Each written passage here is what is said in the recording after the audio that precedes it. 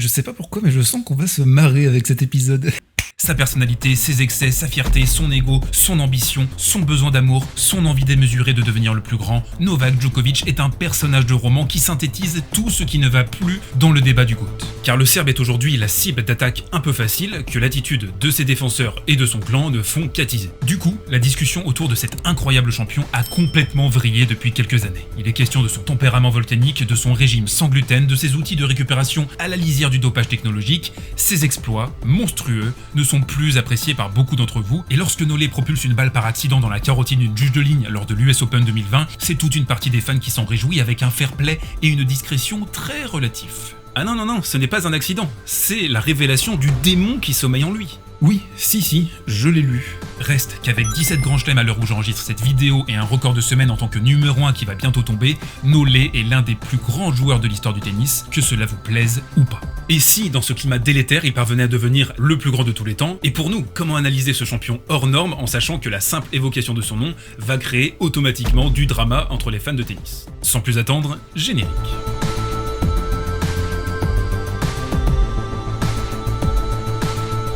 Bonjour et bienvenue pour un nouvel épisode de ma série dédiée au GOAT. On a parlé de Roger, on a parlé de Rafa, place à Nolé. Et je préfère vous le dire tout de suite, le cas Djokovic est de très loin le plus fascinant à analyser des trois. Si les figures de Nadal et surtout de Federer sont archi consensuelles, celle de Nolé est l'une des plus explosives de l'histoire de ce jeu. D'ailleurs, la première étape de cette vidéo va être de déterminer quelle est la part de responsabilité du Serbe dans ce désamour relatif. Pour comprendre ce désamour, on doit rembobiner vers les premières années du Serbe sur le circuit. Si Nolé met environ 2 ans à devenir un joueur d'élite, il se distingue surtout grâce à ses imitations. Kuerten, Serena, Federer, Sharapova et Nadal, tout le gratin y passe. L'univers très policé du monde du tennis apprécie diversement ces singeries que Djokovic finira par laisser au placard, conscient d'être devenu un joueur trop important pour pareille fantaisie. Au même moment, son arrivée au très haut niveau coïncide avec une série d'abandons très discutés. Entre Roland-Garros 2005 et l'Open d'Australie 2009, il abandonne 4 fois en Grand Chelem contre Coria, Roddick et Nadal 2 fois, à chaque fois alors qu'il est en difficulté. Roddick, questionné lors d'une conférence de presse lors de l'US Open 2008, ne se privera pas d'épingler Djokovic pour sa propension à en faire des tonnes sur ses douleurs, des déclarations qui participeront par ailleurs à créer une première fracture entre lui et le public américain. Le jeune Serbe serait un joueur à l'ego démesuré et à l'abandon facile, refusant le combat à chaque fois que ça devient trop difficile. Des problèmes de respiration sont évoqués avant qu'un régime sans gluten ne parvienne à résoudre tous ses soucis. Le public américain, lui, n'oubliera jamais. Il lui fera payer ses erreurs de jeunesse, notamment lors d'un US Open 2015 de la honte, où il sera conspué par un public acquis à la cause de la vieille idole suisse. Et ça, c'est l'autre problème parce que Djokovic va devenir la terreur du joueur le plus populaire de son temps. 21 victoires en 31 matchs à partir de 2011, 11 victoires en demi-finale et finale de Grand Chelem cumulées, Djoko est un glouton dont les victoires face à Roger portent une double saveur. Vaincre Federer, c'est aussi vaincre tout un establishment qui ne jure que par la légende suisse. Car à la table des champions, difficile de se faire une place entre le duo Federer-Nadal, mariage idéal de styles différents entre deux joueurs qui s'apprécient beaucoup. La place de Djokovic aura toujours été celle du strapontin de fortune, jamais vraiment désiré. Alors oui, Djokovic est partiellement responsable de son image brouillée, en partie à cause de ses erreurs de jeunesse, même si d'autres ont pu bénéficier avant lui d'une mansuétude que ses succès trop importants pour certains n'ont fait qu'éternellement repousser. Djokovic, ça me paraît très clair personnellement, est victime autant de son succès que d'une attitude parfois limite. Une attitude sur le court devenue une source inépuisable d'interprétations contradictoires. Sa façon d'applaudir les points adverses est-elle sincère? Ses énervements récurrents trahissent-ils une lassitude de se battre contre tout le poids de l'histoire? Ses bons mots en conférence de presse sont-ils une façon de se donner une bonne image quand son langage corporel sur le court disait tout l'inverse 30 minutes auparavant? Avec Djokovic, et plus qu'avec aucun joueur auparavant, chaque attitude, chaque geste est analysé en fonction de l'agenda de celui qui l'interprète. Ce que le joueur a apporté au tennis, au jeu dans son ensemble. Et si Novak Djokovic était déjà le meilleur joueur de l'histoire du tennis, à défaut d'être le plus grand? La question se pose quand on observe notamment son année 2015 qui figure au panthéon du jeu. Quand on observe aussi son ultra-domination sur le circuit mondial depuis une dizaine d'années, uniquement contesté par Rafael Nadal et son propre épuisement entre 2017 et 2018. À son meilleur niveau, le Serbe a prouvé à de nombreuses reprises qu'il était à la limite de l'injouable, son tennis millimétré, sa faculté à ne commettre aucune erreur lors des moments chauds et son emprise psychologique sur l'ensemble du circuit en font un monstre à sang-froid ahurissant. Djokovic peut se vanter d'avoir contribué à repousser les limites de ce jeu.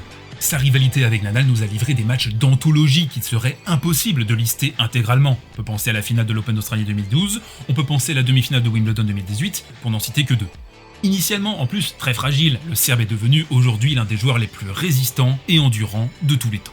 Car plus qu'un niveau de jeu ahurissant, c'est la faculté de Djokovic à se contorsionner dans tous les sens pendant des heures qui frappe le plus. Djokovic est un élastique qui a démocratisé les glissades sur dur avec des reprises d'appui en extension hyper traumatisantes pour le corps. Si ce style usant commence à le rattraper avec des alertes de plus en plus récurrentes, il aura tracé le sillon d'un tennis de contre-attaque redoutable sur surface rapide.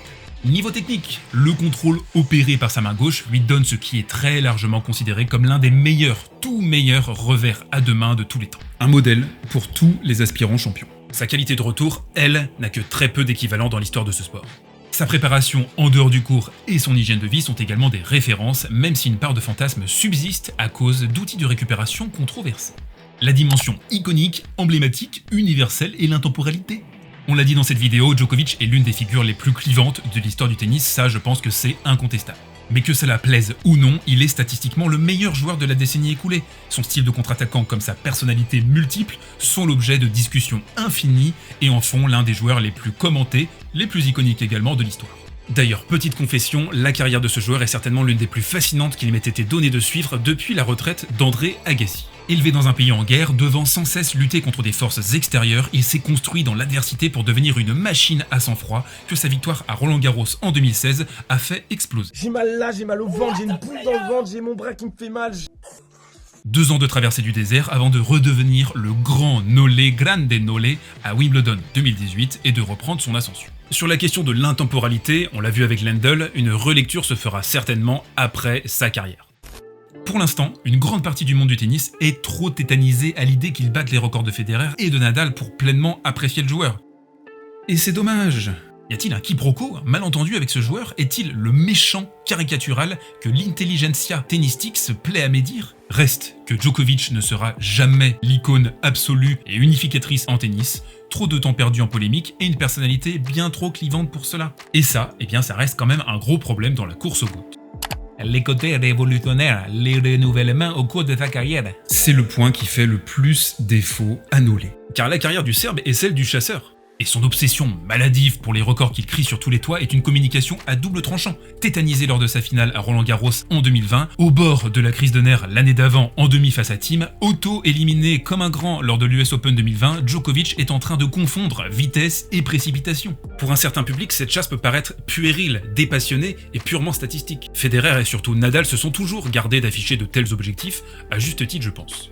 Tiens, en parlant d'espagnol, c'est incontestablement la plus grande source d'inspiration pour Nolé. La dizaine de rebonds avant de servir, la préparation basée sur l'endurance, la volonté farouche de se battre sur chaque point et de renverser des sets mal embarqués, les deux champions ont souvent produit des tennis jumeaux jusqu'à l'indigestion. Il n'y a donc, pour moi, que peu d'aspects révolutionnaires dans le jeu de Novak. Son jeu ressemble en fait plus à un patchwork de ce qui s'est fait de mieux dans l'histoire de ce sport, la volonté farouche de Nadal, le retour et le jeu de baseline hyper agressif d'Agassi, le tout saupoudré de désamour façon Lendl.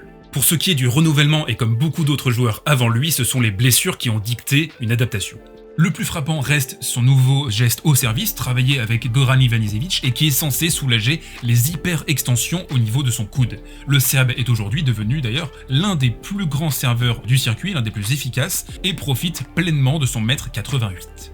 Difficulté des exploits, quelle concurrence? Que dire? Petite concurrence, que d'étanches en face. Non, bien sûr, évidemment, la concurrence fut colossale pour Nolé, même si avant tout incarné par Rafael Nadal. Car Djokovic a construit son palmarès face à un Federer post-prime. Il n'a jamais vraiment redouté Federer quand il était au top, comme en atteste leur head-to-head en Grand Chelem. 6 victoires pour Federer en Grand Chelem, aucune depuis 2012, ça c'est important, 11 victoires pour Djokovic, dont 9 à partir de 2011, l'an 1 de King Nolé. C'est la seule réserve à placer quand on doit évoquer la difficulté de ses exploits. Nadal, lui, a battu et Prime Roger et Prime Djokovic.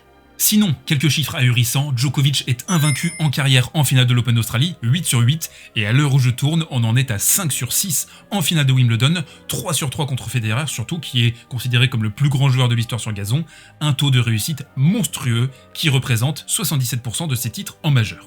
Novak fut le patron incontestable d'une ère ultra concurrentielle avec un niveau de professionnalisation qu'aucun numéro 1 dominant n'avait connu auparavant.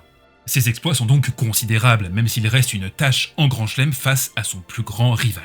En effet, Nadal mène pour l'instant 10-6 dans leurs affrontements, une avance prise dans leurs jeunes années à Roland-Garros et jamais vraiment récupérée par le Serbe. Pour ce qui est des head-to-head avec ses rivaux, il reste à son avantage, 27-23 contre Roger.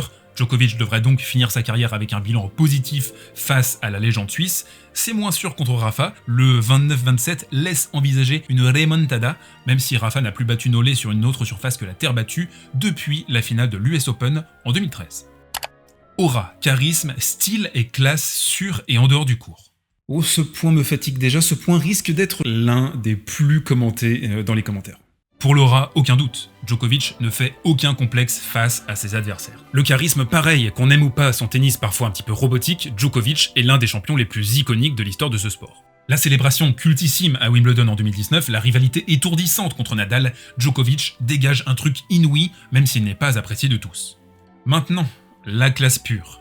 Sur ce point, au risque de créer le débat, je suis désolé, il reste une bonne division en dessous d'un grand nombre de ses contemporains. Pourquoi ? Parce que trop de polémiques, trop de témoignages discordants, par exemple dans un entretien au Temps, Jean-René Lisnard expliquait de l'intérieur « À quelques exceptions près, aucun joueur ne l'aime, Djokovic peut vous poser un lapin à l'entraînement 4 jours d'affilée, il peut partir au beau milieu d'une séance sans vous adresser la parole, en fracassant une raquette, avec son staff, il peut devenir odieux. » Les manigances politiques de Nolé ont pu également intriguer. Responsable numéro 1 de l'éviction de Chris Kermode, toujours à la manœuvre pour augmenter le prize money autant par le bas mais aussi par le haut, créateur d'un syndicat de joueurs controversé, Djokovic semble parfois empêtré dans son désir de rayonner sur l'échiquier du tennis mondial. Est-ce que ce temps et cette énergie investie n'ont pas un rapport avec ses performances erratiques du deuxième semestre 2020 ?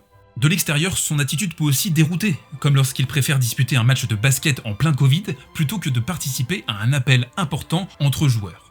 En parlant du Covid et en tant que figure clé du projet de l'Adria Tour, rien que le fait de mentionner l'Adria Tour, je sais que ça en fait rire certains, il aura subi de plein fouet les critiques liées à la gestion catastrophique de cet événement. Bouc émissaire idéal pour certains, cible logique pour d'autres, son image aura encore subi une tâche indélébile que ses pourfendeurs n'oublieront jamais. Est-ce que Novak Djokovic va subir le même sort qu'Ivan Lendl, un champion immense, iconique de son époque, dont les exploits ne pourront être appréciés à sa juste valeur qu'après sa carrière ? Dans tous les cas, sa grandeur objective semble toujours devoir être contrebalancée par une nouvelle polémique. Mais au-delà du bad buzz permanent orchestré par certains fans malades de ses succès, le temps presse pour Nolé. Ne remporter qu'un seul Grand Chelem en 2020 est très décevant au vu de son niveau de jeu et de ses ambitions. La grande nervosité montrée ces derniers mois et sa performance cataclysmique en finale de Roland-Garros ont révélé les failles d'un homme obnubilé à l'idée de devenir le plus grand. L'est-il déjà aujourd'hui ? Pour moi, la réponse est non. Pourra-t-il l'être un jour ? Très compliqué, mais pas impossible si vos critères de grandeur, attention, si vos critères de grandeur sont surtout statistiques. Il faudra pour cela dominer outrageusement toutes les catégories, bien sûr, regagner Roland face à Nadal et briser l'armure davantage, comme il avait pu le faire après sa défaite à Roland en 2015. Car Novak doit une bonne fois pour toutes accepter son statut de joueur le plus controversé de son époque et l'épouser. Il ne sera jamais universellement aimé, c'est comme ça, le temps perdu ne se rattrape pas. Ce temps, comme une poignée de sable qu'on voudrait garder pour toujours dans la main, s'égrène de plus en plus vite face à ses rêves de grandeur. Voilà pour Nolé, vous pouvez bien sûr continuer à écrire vos réflexions dans les commentaires sous cette vidéo. Je vous retrouve très vite d'ailleurs pour un épisode spécial questions-réponses dédié à ce débat. Je prendrai les meilleurs messages sous les 3 vidéos et j'y répondrai avec plaisir.